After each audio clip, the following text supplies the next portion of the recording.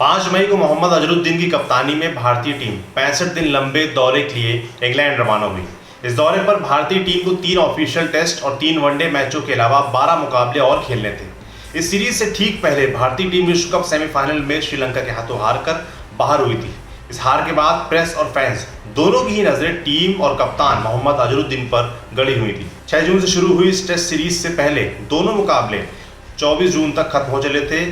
भारतीय टीम पहला टेस्ट हारकर सीरीज में 1-0 से पीछे थी। कप्तान मोहम्मद अजहरुद्दीन और भारत के सीनियर खिलाड़ी नवजोत सिंह सिद्धू के बीच झगड़ा भी हो गया था। सिद्धू सीरीज शुरू होने से पहले टीम को छोड़कर वापस भारत भी लौट आए थे। दूसरे मैच में सिद्धू के नहीं होने पर 2 युवा खिलाड़ियों को डेब्यू करने का मौका मिला, यानी सौरव गांगुली और राहुल द्रविड़। दोनों ही बल्लेबाजों ने इस मैच में शानदार बल्लेबाजी की। मगर हम यहाँ बात करेंगे सीरीज के तीसरे मैच से पहले खेले गए टूर मैच की। इंडियंस का ये मुकाबला हैम्पशायर की टीम के खिलाफ था। हैम्पशायर की टीम को देखकर ऐसा नहीं लग रहा था कि इस मुकाबले में वो इंडियंस के लिए कोई बड़ी मुश्किल पैदा कर पाएंगे। जहां हैम्पशायर के खिलाड़ियों के नाम सुनकर दिमाग पर जोर लगाना पड़ रहा था, वह इंडियंस के 11 खिलाड़ियों में एक भी नाम अनजान नहीं था। कप्तान अजहर के बिना खेल रही इस टीम की कप्तानी सचिन तेंदुलकर कर रहे थे, जबकि अजय जडेजा, विक्रम राठौड़, सौरव गांगुली, राहुल द्रविड़, संजय मांजरेकर, अनिल कुंबले, वेंकटेश प्रसाद, सलिल अंकोला, नरेंद्र हिरवानी और वेंकटपति राजू इंडियन टीम में थे। 29 जून से मैच शुरू हुआ। हैम्पशायर की टीम ने टॉस जीता और पहले फील्डिंग चुन ली, लेकिन पूरी सीरीज में रनों के लिए तरस रहे अजय जडेजा और विक्रम राठौड़ ने ऐसी बल्लेबाजी की कि हैम्पशायर की टीम ने फिर सिर पकड़ लिया। दोनों बल्लेबाजों ने पहले विकेट के लिए 192 रन जोड़ लिए। मगर अब टर्निंग पॉइंट आने वाला था। मैच में एक हीरोइक स्पेल आने वाला था। ये स्पेल था 35 साल के left arm seaming allrounder Kevan James का। वो जेम्स जिन्होंने अपने करियर में एक बार भी इंग्लैंड की जर्सी नहीं पहनी, जबकि वो वक्त उनके करियर का आखिरी वक्त ही था। लेकिन किससे पता था कि इंटरनेशनल करियर का वो एक दिन उनकी जिंदगी का सबसे बड़ा दिन बन जाएगा। सबसे पहले जेम्स ने अजय जडेजा को स्लिप में कैच करवाकर वापस पवेलियन का रास्ता दिखा दिया। ये विकेट बिल्कुल ऐसा ही लग रहा था जैसे एक गेंदबाज के करामात का नहीं, बल्कि बल्लेबाज की गलती का विकेट। मगर इस विकेट से पहले आलम यह था कि कोई भी गेंदबाज गेंदबाजी नहीं करना चाहता था, क्योंकि इंडिया के बल्लेबाज हैम्पशायर के अंग्रेजों को हर दिशा में मार रहे थे।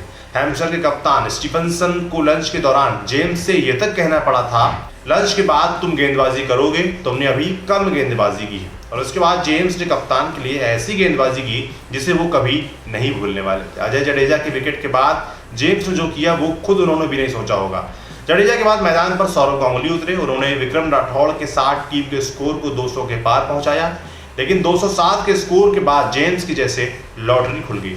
जेम्स ने पहले 95 रन पर खेल रहे विक्रम राठौड़ को स्टंपिंग आउट करवाया। दूसरा विकेट हाथ आया कप्तान और मास्टर ब्लास्टर सचिन तेंदुलकर का, उन सचिन का जिनको देखने के लिए ही मैदान पूरा खचाखच भरा हुआ था। मगर सचिन के विकेट से पहले की एक बातचीत भी सुन लीजिए। हैम्पशायर के कप्तान ने जेम्स से कहा, क्या तुम्हें शॉर्ट लेग फील्डर चाहिए? जेम्स ने इससे मना कर दिया, लेकिन कप्तान ने फिर जोर डाला और फिर से एक बात कही, कम ऑन, कुछ नहीं पता, तुम बस कोशिश करो और गेम का मजा लो। हम ये ट्राई करते हैं, कुछ पता नहीं होता क्या हो जाए। और वाकई कमाल हो गया। जेम्स ने गेंद फेंकी, गेंद स्विंग हुई, सचिन के बल्ले का किनारा लिया और सीधे गेंद शॉर्ट लेग के हाथों में आ गई।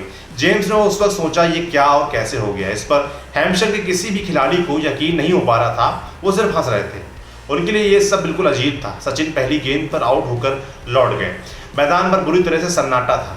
लगातार 2 गेंदों पर 2 विकेट। हैम्पशायर की पूरी टीम ये सोचकर हंस रही थी कि उस दिन उन्होंने मैदान पर आए हर फैन का दिन खराब कर दिया। खैर, अब जेम्स डालने वाले थे हैट्रिक बॉल। मैदान पर उतरे युवा बल्लेबाज और डेब्यू मैच में 95 रन बनाने वाले राहुल द्रविड़। 2 गेंदों पर 2 विकेट के बाद अंपायर हैम्पशायर ने जेम्स से कहा, तुम्हें अंदाजा भी है तुम हैट्रिक पर हो। जेम्स हैट्रिक गेंद लेकर दौड़े। उन्होंने द्रविड़ को सीधी गेंद फेंकने की कोशिश की, लेकिन वो गेंद थोड़ी सी स्विंग हुई और द्रविड़ के पैड पर जाकर लग गई। जेम्स अपनी पूरी जान से चिल्लाए और अंपायर ने उंगली उठा दी। 35 साल की उम्र में पहली बार किसी ऑलराउंडर ने क्रिकेट के मैदान पर हैट्रिक ली थी। वो गेंदबाज जिसने ना कभी क्लब, ना स्कूल और ना ही कहीं भी हैट्रिक के बारे में सोचा था, उसने इंडियंस के खिलाफ अपने करियर के आखिरी पड़ाव में ऐसा कर दिया। द्रविड़ के आउट होने के बाद जेम्स के पांव जमीन पर नहीं थे। विकेट को दिए 16 साल के बदले ये उनके लिए एक गिफ्ट जैसा था, पर गिफ्ट अभी पूरा नहीं हुआ था। हैट्रिक के बाद अब जेम्स के सामने थे संजय मांजरेकर। देखते ही देखते 207 से 1 विकेट पर भारत का स्कोर 207 पर 4 विकेट हो गया था और अब इसके बाद 5 विकेट होने का नंबर था। जेम्स ने फिर से गेंद फेंकी, गेंद स्विंग नहीं हुई, लेकिन फिर भी मांजरेकर के बल्ले का किनारा लेकर पॉल टेरी के हाथों में चली गई। ये सब किसी सपने जैसा था। 4 गेंदों पर 4 विकेट हो तो 5 गेंदों में 5 विकेट भी जाते, मगर इसके बाद स्ट्राइक पर आए सौरव गांगुली लकी निकले। गांगुली के बल्ले का एक मोटा किनारा लेकर गेंद पॉल विटेकर के पास से निकल गई। विटेकर ने डाइव मारकर कैच पकड़ने की कोशिश की, लेकिन ये मौका बहुत मुश्किल था, मगर जेम्स को जो करना था वो कर चुके थे। क्रिकेट से संन्यास के बाद केवान जेम्स बीबीसी रेडियो के साथ काम करने लगे। जेम्स ने एक इंटरव्यू में बताया था कि साल 2004 में जब सौरव गांगुली कप्तान बनकर लौटे तो एजिल बाउस में इंडिया और इंग्लैंड मैच से पहले एक प्रेस कॉन्फ्रेंस में जेम्स ने अपना इंट्रोडक्शन देते हुए कहा, केवान जेम्स बीबीसी।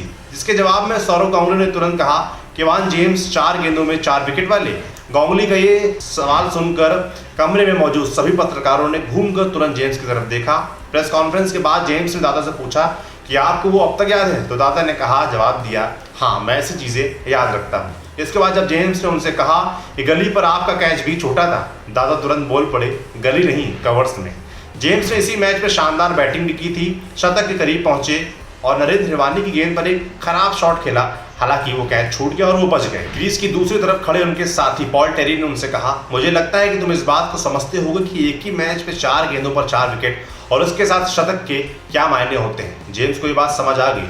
वो टिके अपना शतक और अगले 8 रन बनाने के लिए 1 घंटा लिया और इस 1 घंटे की मेहनत के बाद मैच के अंतिम में 103 रन बनाकर वो आउट हुए वेंकटपति राजू के हाथों।